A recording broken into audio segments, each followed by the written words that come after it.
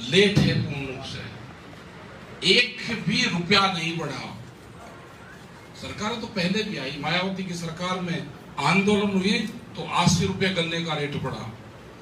अखिलेश यादव मुख्यमंत्री बना, उसमें आंदोलन हुए तो 50 रुपये के आसपास बढ़ा।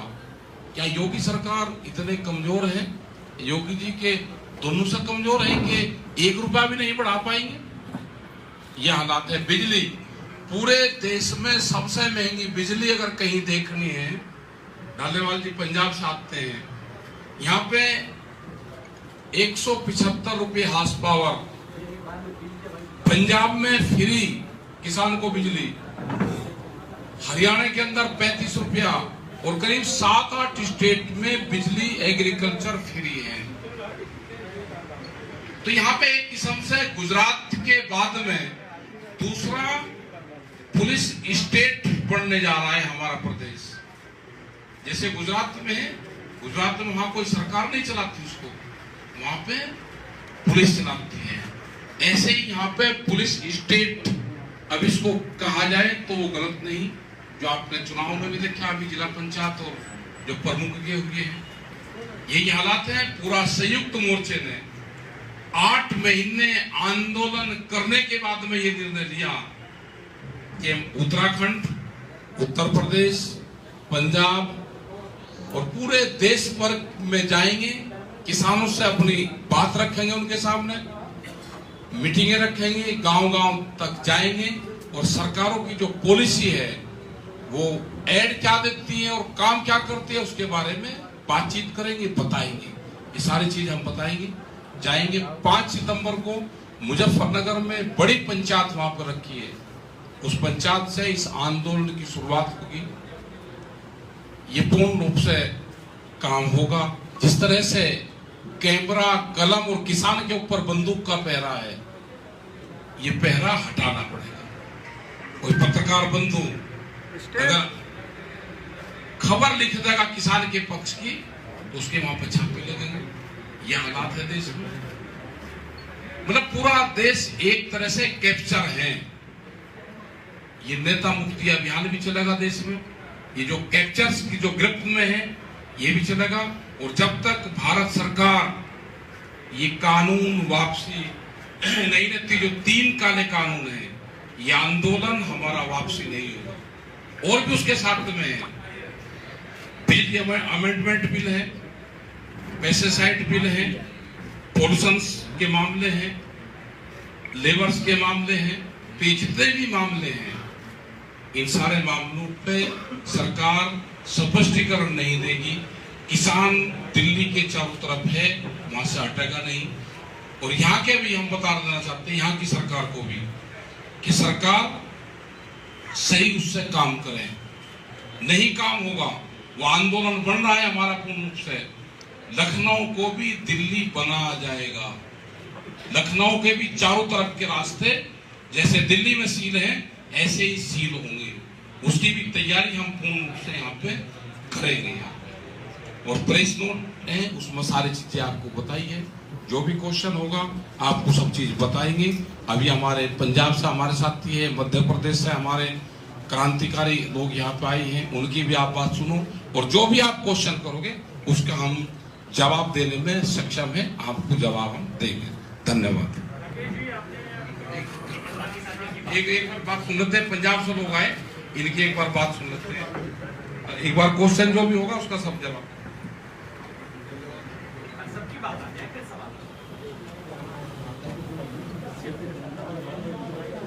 देखिए,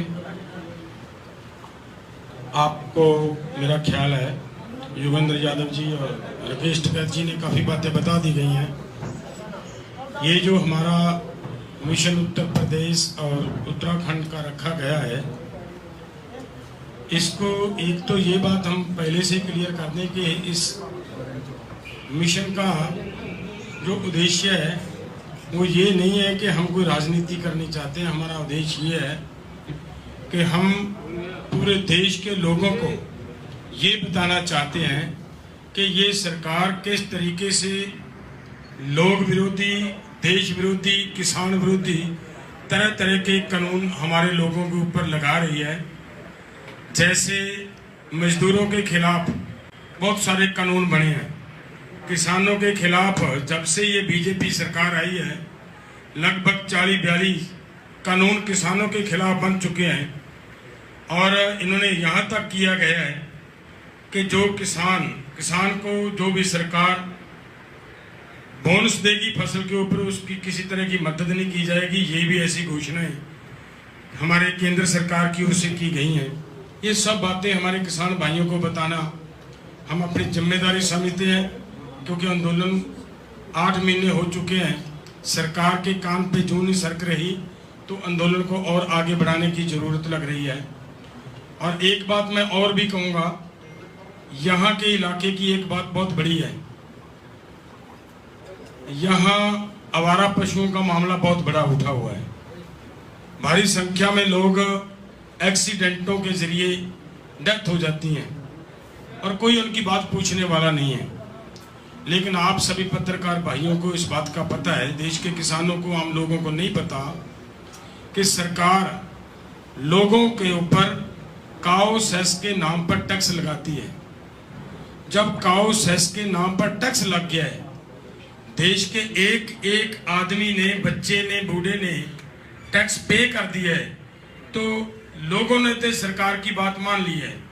अब सरकार की जिम्मेदारी बनती है कि उन काउस को, उन गौओं को कंट्रोल में करना, उनको संभालना उनकी जिम्मेदारी बनती है। और जो आदमी, जो व्यक्ति एक्सीडेंट की वजह से डेथ होती है, उनकी भरपाई करना भी सरकार की जिम्मेदारी बनती है, क्योंकि सरकार ने टैक्स ले लिया। आप सभी लोगों ने तो टैक्स दे दिया है, तो इस पे सरकार बिल्कुल आंखें मूंद कर, बंद करके बैठी है।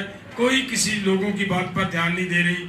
और मुझे तो यहाँ पर देख ये सुनकर बड़ा हैरान हुआ, आश्चर्य हुआ है कि काऊ बेचारी, जो हमारी गौ माताएं कहते हैं जिनको, वो गौशालाएं में भी मर रही हैं, उनकी संभाल नहीं हो रही। जब टैक्स लोगों से ले लिया, उनको वहां क्यों नहीं संभाला जा रहा? संभालना जिम्मेदारी बनती है।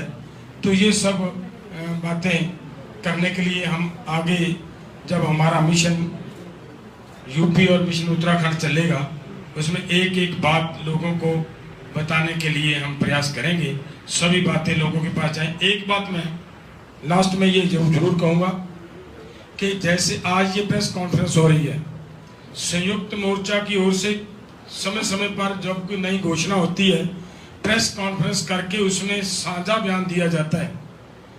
वो होता है हमारा संयुक्त मोर्चे का फैसला। किसी कोई आदमी का निजी विचार का कोई फैसला, कोई बात कोई बोलता है तो उसका निजी होता है, उसको संयुक्त मोर्चा का फैसला नहीं होता। इस पे थोड़ा ध्यान देने की जरूरत है। बहुत सारी बातें हो जाती हैं, उसको फिर तो बहुत ज़्यादा हवा दी जाती है, फलाने ने ऐसा कह दिया, फलाने ने वैसा कह दिया। वो संयुक्त मोर्चा का फैसला इसी तरीके से ही होगा, इसी तरीके से अनाउंस होगा। धन्यवाद। अभी काका जी आपके बीच में करेंगे, मध्य प्रदेश से हैं, बड़े किसान लीडर वहां से। सभी को नमस्कार, धन्यवाद।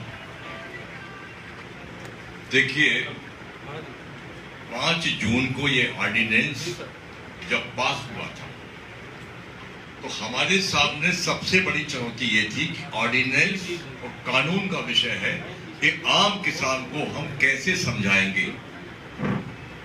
यहां से हमारी चिंता चालू हुई थी। उसके बाद आंदोलन आगे बढ़ा। आगे बढ़ने के बाद में आज की तारीख में दुनिया की सबसे ज्यादा देर तक चलने वाला शहादत, 600 किसानों की शहादत देने वाला ये पहला आंदोलन बन गया। ये 3 ऑर्डिनेंस तो काले कानून है ही। हमारी मांग तो थी C2+50 की, वो अभी साइड में रह गई।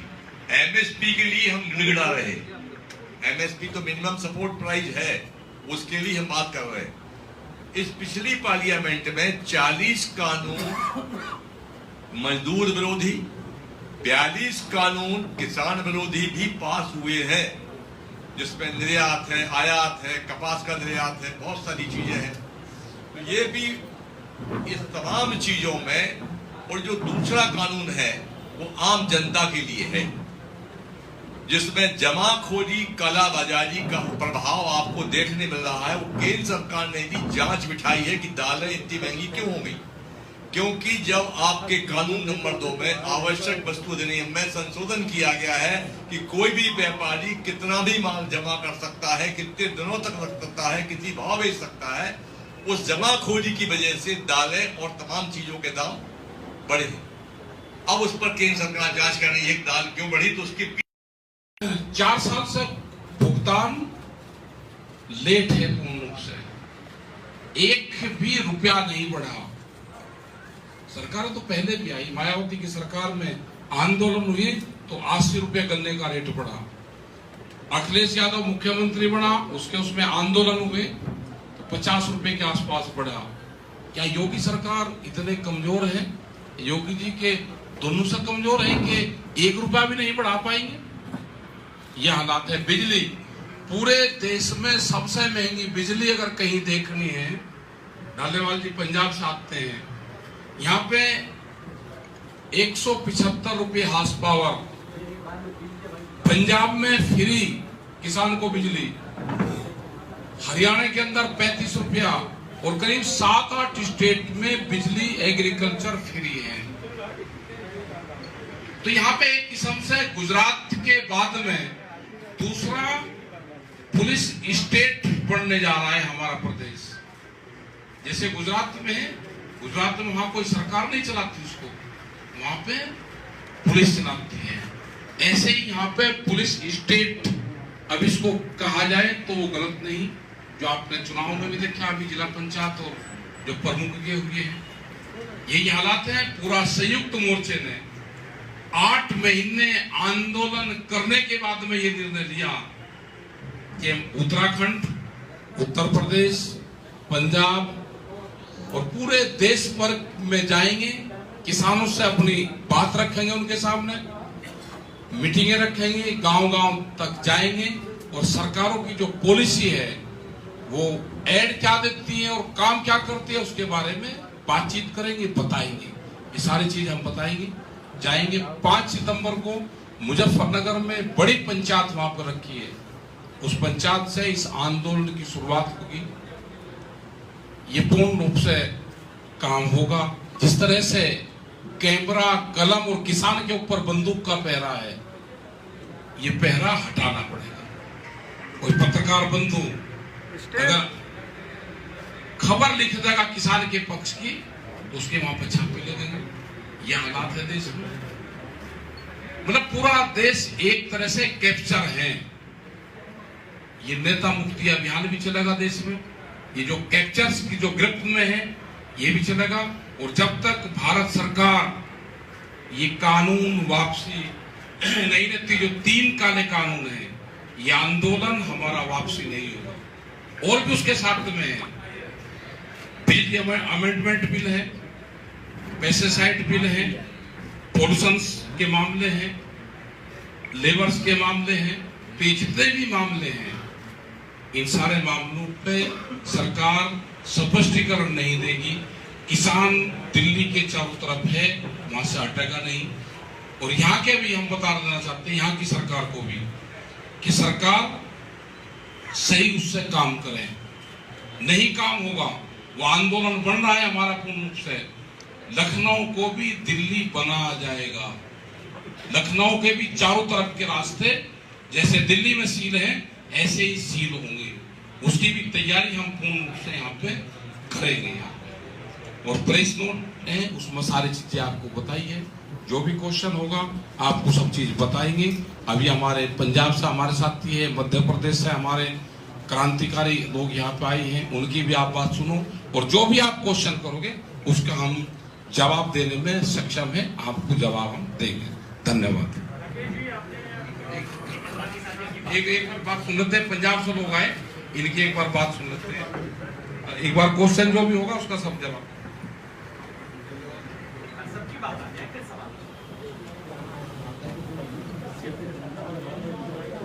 देखिए, आपको मेरा ख्याल है योगेंद्र यादव जी और राकेश टिकैत जी ने काफ़ी बातें बता दी गई हैं। ये जो हमारा मिशन उत्तर प्रदेश और उत्तराखंड का रखा गया है, इसको एक तो ये बात हम पहले से क्लियर कर दें कि इस मिशन का जो उद्देश्य है वो ये नहीं है कि हम कोई राजनीति करनी चाहते हैं। हमारा उद्देश्य ये है कि हम पूरे देश के लोगों को ये बताना चाहते हैं कि ये सरकार किस तरीके से लोग विरोधी, देश विरोधी, किसान विरोधी तरह तरह के कानून हमारे लोगों के ऊपर लगा रही है। जैसे मजदूरों के खिलाफ बहुत सारे कानून बने हैं, किसानों के खिलाफ जब से ये बीजेपी सरकार आई है लगभग 40-42 कानून किसानों के खिलाफ बन चुके हैं। और इन्होंने यहाँ तक किया गया है कि जो किसान को जो भी सरकार बोनस देगी फसल के ऊपर, उसकी किसी तरह की मदद नहीं की जाएगी। ये भी ऐसी घोषणाएं हमारे केंद्र सरकार की ओर से की गई हैं। ये सब बातें हमारे किसान भाइयों को बताना हम अपनी जिम्मेदारी समझते हैं, क्योंकि आंदोलन 8 महीने हो चुके हैं, सरकार के कान पे जूं नहीं सरक रही, तो आंदोलन को और आगे बढ़ाने की जरूरत लग रही है। और एक बात मैं और भी कहूँगा, यहाँ के इलाके की एक बात बहुत बड़ी है, यहाँ आवारा पशुओं का मामला बहुत बड़ा उठा हुआ है। भारी संख्या में लोग एक्सीडेंटों के जरिए डेथ हो जाती हैं और कोई उनकी बात पूछने वाला नहीं है। लेकिन आप सभी पत्रकार भाइयों को इस बात का पता है, देश के किसानों को, आम लोगों को नहीं पता कि सरकार लोगों के ऊपर काओ सेस के नाम पर टैक्स लगाती है। जब काओ सेस के नाम पर टैक्स लग गया है, देश के एक एक आदमी ने, बच्चे ने, बूढ़े ने टैक्स पे कर दिया है, तो लोगों ने तो सरकार की बात मान ली है। अब सरकार की जिम्मेदारी बनती है कि उन काउस को, उन गौओं को कंट्रोल में करना, उनको संभालना उनकी जिम्मेदारी बनती है। और जो आदमी, जो व्यक्ति एक्सीडेंट की वजह से डेथ होती है, उनकी भरपाई करना भी सरकार की जिम्मेदारी बनती है, क्योंकि सरकार ने टैक्स ले लिया। आप सभी लोगों ने तो टैक्स दे दिया है, तो इस पे सरकार बिल्कुल आंखें मूंद कर, बंद करके बैठी है। कोई किसी लोगों की बात पर ध्यान नहीं दे रही। और मुझे तो यहाँ पर देख ये सुनकर बड़ा हैरान हुआ, आश्चर्य हुआ है कि काऊ बेचारी, जो हमारी गौ माताएं कहते हैं जिनको, वो गौशालाएं में भी मर रही है, उनकी संभाल नहीं हो रही। जब टैक्स लोगों से ले लिया, उनको वहां क्यों नहीं संभाला जा रहा? संभालना जिम्मेदारी बनती है।